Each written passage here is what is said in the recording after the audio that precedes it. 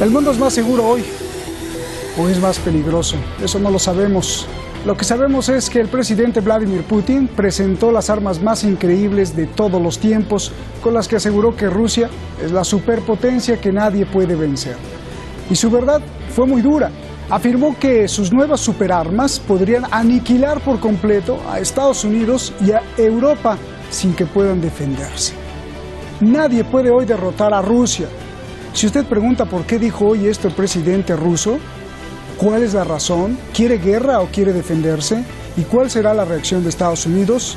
Soy Roberto de la Madrid y justo lo trataremos de responder hoy aquí, en Detrás de la Razón.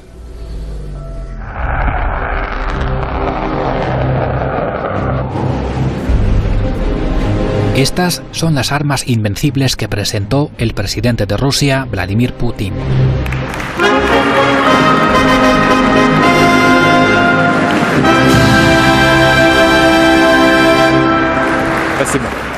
Desde Moscú llamó al mundo entero para decir que Rusia es invencible y para que la tomen en serio a partir de ahora. Como ven, no hicimos ningún secreto de nuestros planes. Hablamos de ellos abiertamente para, ante todo, llamar al diálogo a nuestros socios. Lo repito, lo dijimos ya en 2004. Pero nadie realmente quería hablar con nosotros. Nadie nos escuchaba. Escuchen ahora.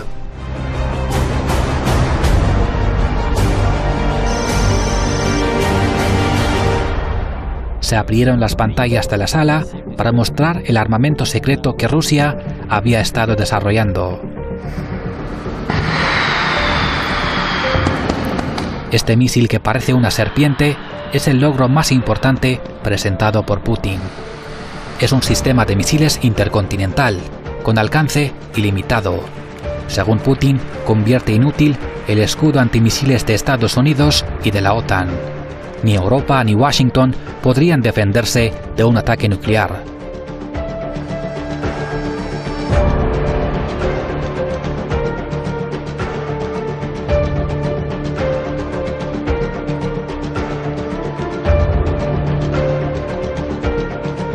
La segunda arma increíble es el misil llamado Vanguardia.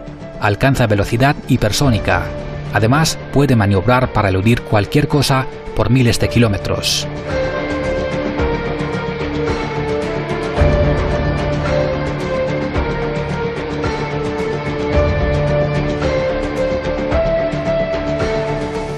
La tercera arma de miedo es la que se llama Daga, o Kinjal en ruso.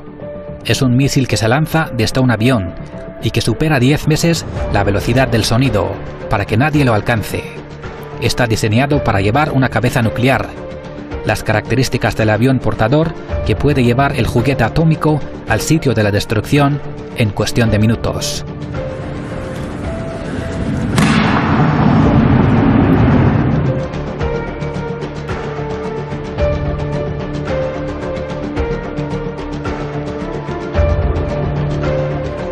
Putin impresionó al mundo al mostrar un video de cómo su supermisil impacta sobre Florida, Estados Unidos. El misil burla la defensa y se divide en muchas bombas.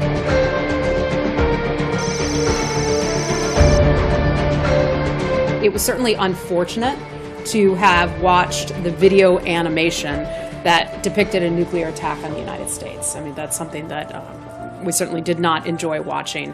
We don't regard that as the behavior of a responsible international player. President Putin has confirmed what the United States government has known all along, which Russia has denied. Russia has been developing destabilizing weapons systems for over a decade in direct violations of its treaty obligations.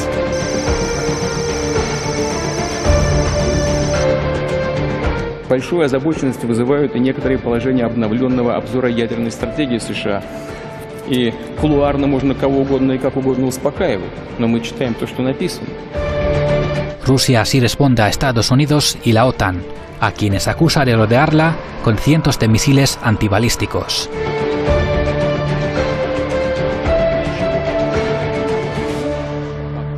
Putin compite para su reelección en las próximas presidenciales dentro de 2 semanas.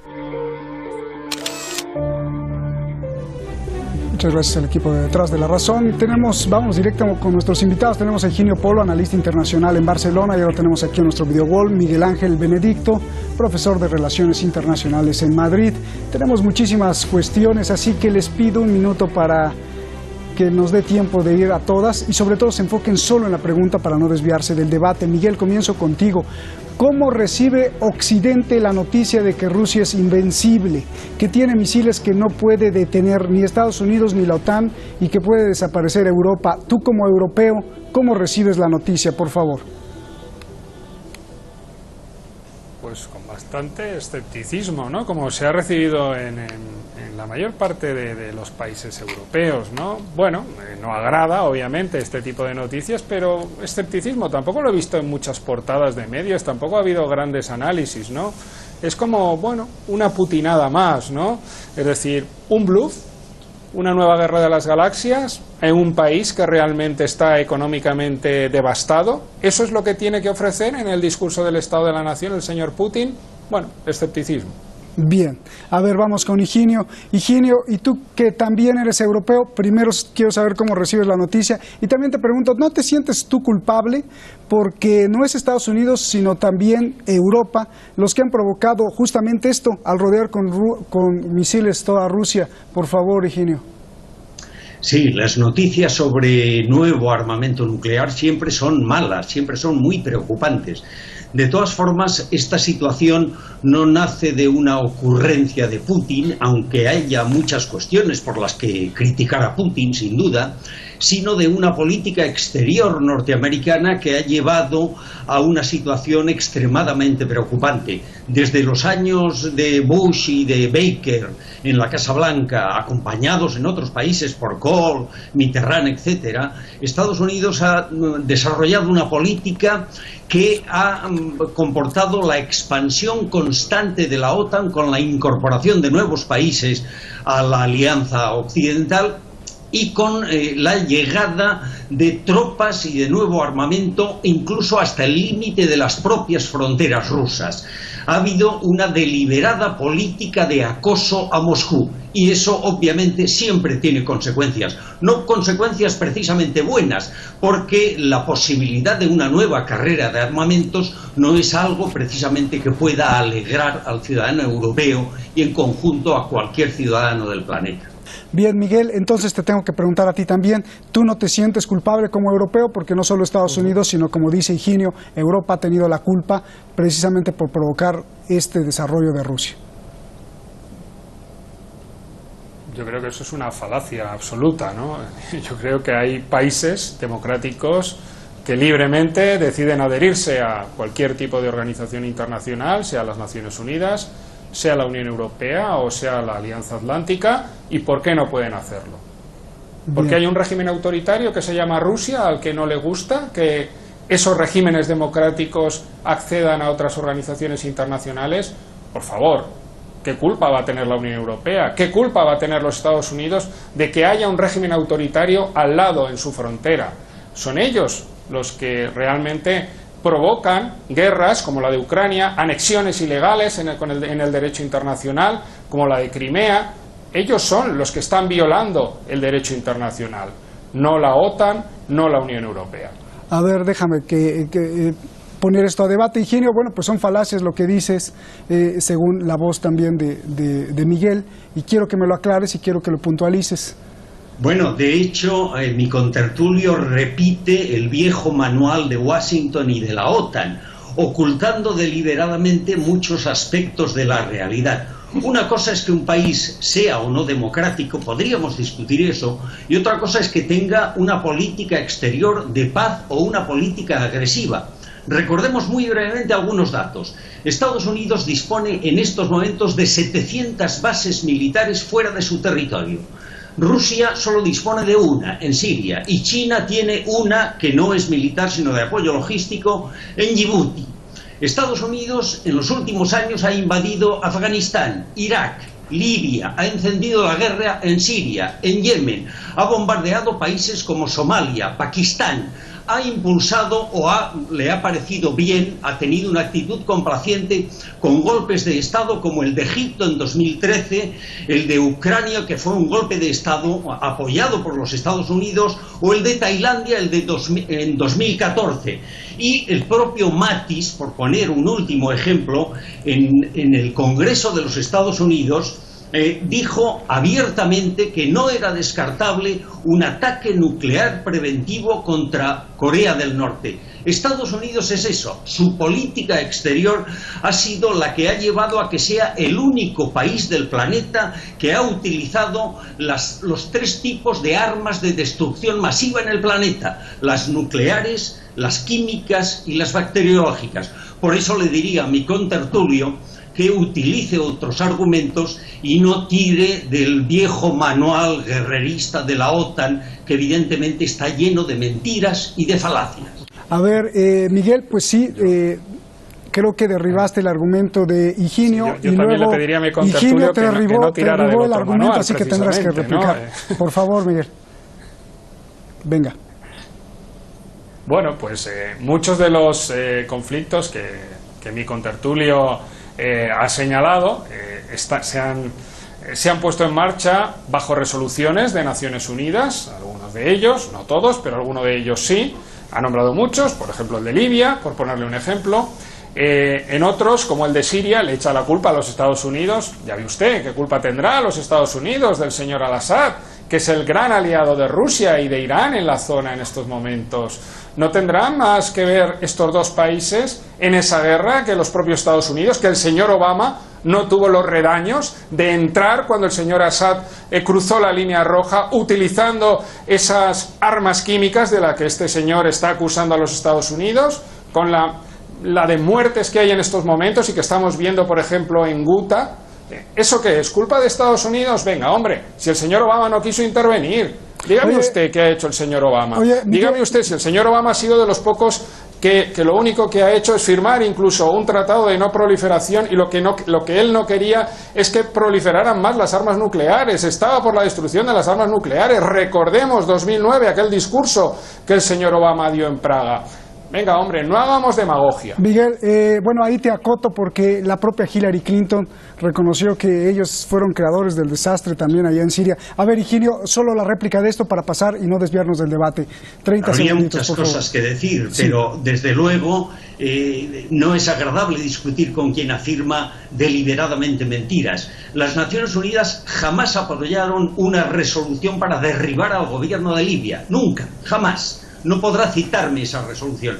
Jamás me aprobaron una resolución para destruir deliberadamente Siria. Yo no tengo ningún problema con discutir las características del régimen sirio, pero negar, como hace mi contertulio, que ha sido deliberadamente la política norteamericana la que ha incendiado Oriente Medio por completo, la que ha llevado a la muerte, según algunos cálculos de organizaciones humanitarias, solamente en Irak, por ejemplo, yendo detrás de unas inexistentes armas de destrucción masiva, llevando a la muerte a más de 1 millón de personas. Eso es lo que ha hecho Estados Unidos.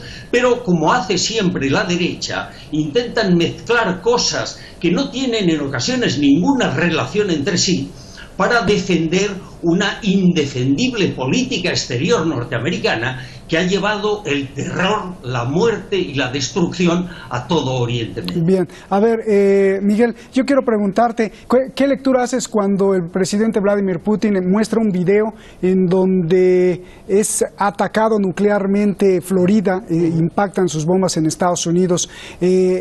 ¿Cuál debería ser la reacción de Estados Unidos? ¿Cuál va a ser la reacción? ¿Qué lectura ves en este video de Vladimir Putin? Y también Estados Unidos, el Departamento de Estado, contesta que estas nuevas armas, estas novedosas armas que parece que la están convalidando en Washington, violan los tratados internacionales. Por favor. Pues en primer lugar mi lectura es de debilidad del señor Putin, ¿no? De debilidad de un país que está en bancarrota, con una economía destrozada, con el petróleo obviamente que vemos que está en unos precios bajos y que no remonta, ¿no? Y que tenga que usar el discurso del estado de la nación pues para hablar de este tema, o que sea el que más se resalte frente a los problemas que muy probablemente preocupen a los rusos y a los cuales haga muy poquita mención, como es el tema del gasto social, ¿no? ¿Qué va a hacer este señor con las pensiones? Sí que habló que quiere disminuir el número de pobres, que asciende a 20 millones en Rusia en estos momentos. También dijo que quería duplicar el gasto en infraestructuras. Pero esto yo creo que es lo importante, ¿no? Este señor dice, bueno, pues voy a ir a lo único que me salva un poquito en mi país, que es mi política exterior, ¿no? Ese restaurar, ¿no?, el papel de gran potencia que tenía Rusia y que obviamente pues después de la Guerra Fría se fue abajo con la disgregación de la Unión Soviética, y que este señor pues intenta levantar de algún modo ese ánimo ruso, ¿no? Pero veamos lo que piensa la gente joven, y como solo se presenta él de candidato, pues obviamente saldrá elegido el 18 de marzo. Pero yo veo debilidad en este señor. Eso en la primera parte a la pregunta. La segunda, me preguntaba usted del tema del Tratado de No Proliferación, y me preguntaba de Estados Unidos. Yo creo que Estados Unidos no viola el Tratado de No Proliferación, sobre todo ni con la nueva postura nuclear presentada hace poco más de un mes. Estados Unidos contestó que habló no, Estados Unidos desplegar armas nucleares más pequeñas, obviamente porque las más grandes son más difíciles de utilizar y podrían causar una gran mortandad si se utilizaran. Te interrumpo, ¿sí? No me entendiste, no. Estados Unidos contestó que Rusia estaba violando el tratado o los tratados internacionales al presentar estas nuevas superarmas. Sí. Sí, obviamente, ¿no? Obviamente, es lo que le digo, que ellos sí que las violan, pero en cambio Estados Unidos, ya le digo, yo creo que no la está violando, porque lo único sería utilizar el armamento nuclear ya existente para ponerlo en armas nucleares más pequeñas, ¿no? Pero Rusia obviamente estaría poniendo en marcha, o pondría en marcha nuevas armas nucleares, las incrementaría y sé que violaría los tratados internacionales. Es un proyecto, ¿no? Veremos cuando se haga realidad, probablemente, ¿no? Bien. A ver, Higinio, te lo tengo que preguntar. ¿Verdaderamente Rusia es invencible, como dijo el presidente Putin? Y segundo, la reacción de Estados Unidos. ¿Le dolió a Estados Unidos porque pues inmediatamente protestó y dijo, no, ese video pues impacta en nuestras tierras y no nos da gusto y está violando los tratados internacionales con sus nuevas superarmas? Por favor, Higinio. Vamos a ver, la estructura internacional de equilibrio de fuerzas descansa sustancialmente sobre 4 tratados. Voy a ir muy rápido. El primero, el Tratado FACE de Fuerzas Armadas Convencionales en Europa, del cual Rusia lo abandonó precisamente por los planes que anunció Estados Unidos de desarrollo del escudo antimisiles ya en 2007 en Polonia y en la República Checa. Otro tratado muy importante que está en el origen de la actual crisis es el Tratado ABM sobre sistemas antimisiles, que Estados Unidos abandonó en 2001 precisamente porque tenía previsto desarrollar esos escudos antimisiles que obviamente dejaban sin sentido el esquema defensivo de Moscú.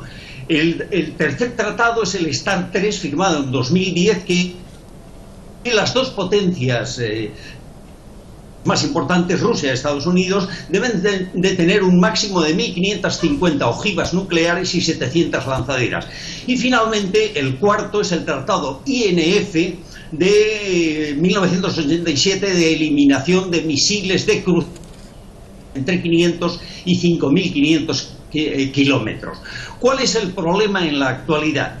Que precisamente porque Estados Unidos abandonó unilateralmente el principal tratado sobre cuestiones nucleares, el ABM, en 2001, eso ha creado y el desarrollo se nos está cortando el audio antimisiles lo ha complicado todavía mucho más para asistir a esta situación en la que efectivamente podemos estar asistiendo al inicio de una preocupante y muy peligrosa carrera de armamentos entre las principales potencias. Ya vamos a acabar, Miguel. La última pregunta que no me contestaste, quisiera insistir. Si Rusia no tiene derecho a crear estas superarmas, cuando pues está viendo, y esto es un hecho, que la OTAN y Estados Unidos ha rodeado militarmente y con misiles nucleares también o de capacidad nuclear el territorio ruso, ¿no tendría derecho también a amenazar así o a defenderse como lo está haciendo y diciendo el presidente Putin? Que yo sepa, la OTAN no ha invadido territorio ruso en ningún momento, ni ha hecho absolutamente nada en territorio ruso. Lo único que está haciendo es ayudar a los aliados a defenderse de la amenaza rusa, ¿no? Cuando hablo de aliados me refiero a los países bálticos o a Polonia u otros que están ahí fronterizos con Rusia y que temen obviamente un ataque de Rusia después de esa anexión ilegal de Crimea y después de que comenzaran esa guerra en la zona del Donbass, en Ucrania.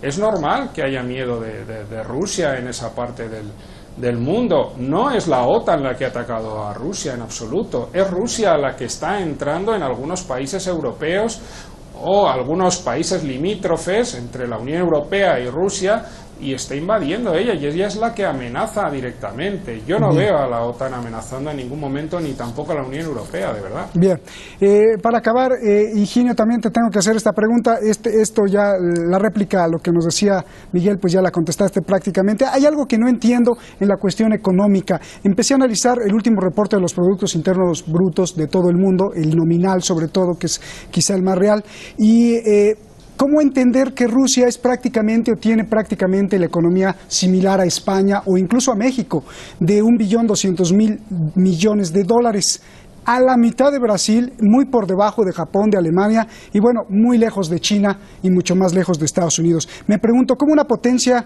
como Rusia, con una economía similar a la de España o la de México, tiene estas armas, más aún cuando el propio Putin ha dicho que pues hay todavía 20 millones de pobres en Rusia? Por favor.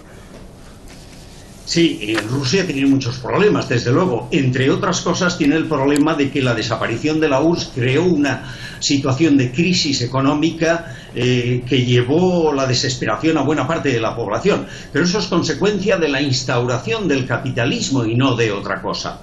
Por lo que hace referencia a su fortaleza económica, yo tengo que decir que, de todas formas, la estadística más aproximada de la importancia económica relativa de los distintos países del planeta es la que tiene en cuenta la paridad de poder adquisitivo que, según el Fondo Monetario Internacional, en 2017, por ejemplo, sitúa en cabeza a China y a Estados Unidos con aproximadamente entre 23 y 19 billones de dólares cada uno, en tercera y cuarta posición a la India y al Japón con 9 y 5 billones de dólares, y en quinta y sexta posición a Alemania y Rusia con 4 billones de dólares de Producto Interior Bruto.